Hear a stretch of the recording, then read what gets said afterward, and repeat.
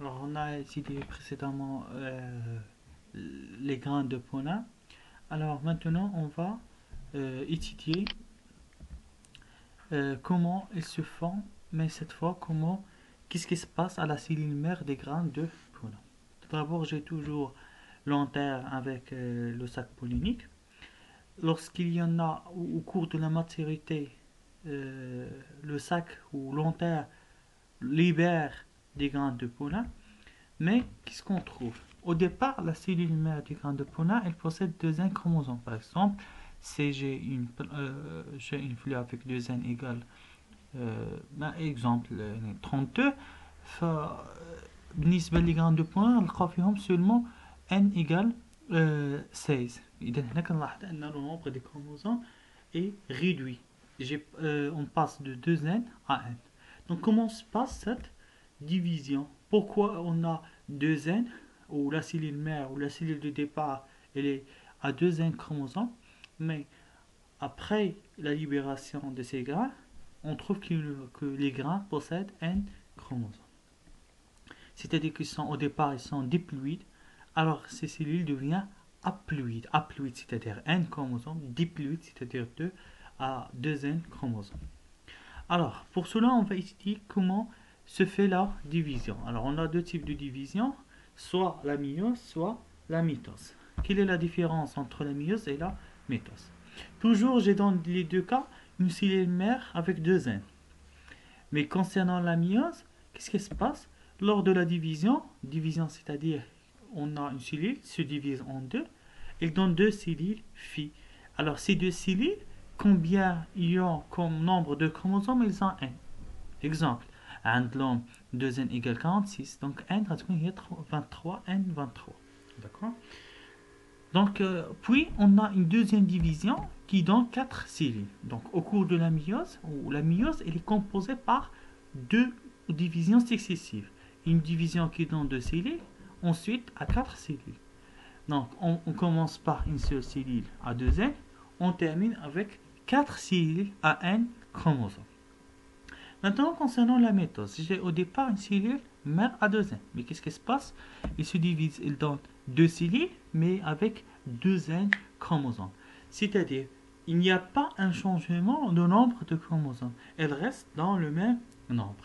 Et là, 2n égale 46, on a toujours les deux cellules 2n égale 46, où il est dans la division à travers la mitose, ils vont donner ensuite également 4 cellules, mais toujours avec 2n. D'accord?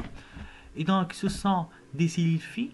Et donc, la méiose, c'est une division du cellule mère à 2n et donc 4 cellules filles à n. Alors que la mitose, c'est une division des cellules mères et elle donne des cellules filles qui possèdent le même nombre de chromosomes de départ. Alors, nous, ce qui nous intéresse, c'est ce qui se passe au grain de pollen. Comment se forme? Pour cela, on a une cellule mère à 2n et subit la méiose, et j'ai dit que la méiose elle est formée par deux divisions. On a la première division, ensuite on a la deuxième division. Et donc il y a, au cours de la première division, ça s'appelle la division réductionnelle. Ensuite on a une deuxième division qu'on appelle la division équationnelle. Donc il donne un tétrade, une tétrade. Tétrade, c'est-à-dire qu'on a 4. Tétra signifie 4 cellules. Donc, la méiose, c'est une division, ce sont deux divisions successives. Il y en a deux divisions qui sont l'une suivie avec l'un ou l'une suit l'autre. Et dans cette division, première division s'appelle réductionnelle, on passe de 2n à n. Puis on a une division équationnelle, c'est-à-dire que on a toujours le même nombre de chromosomes. Mais une cellule a n sur 2. Ça va? Alors, qu'est-ce qu'on obtient? On obtient, après cette méiose, j'ai dit avec division réductionnelle, division équationnelle, on obtient 4 cellules. Ensuite, on a des grains qui sont immatures, qui ont n chromosomes. Mais ces cellules, ils vont donner un grand nombre de cellules. Donc, ils doivent faire une division, mais cette fois ils réalisent ce qu'on appelle la mitose. Pourquoi? Parce que j'ai un grand nombre cette fois de cellules, mais qui se divisent et qui gardent le même nombre de chromosomes. Donc, c'est-à-dire qui réalisent ce qu'on appelle la mitose.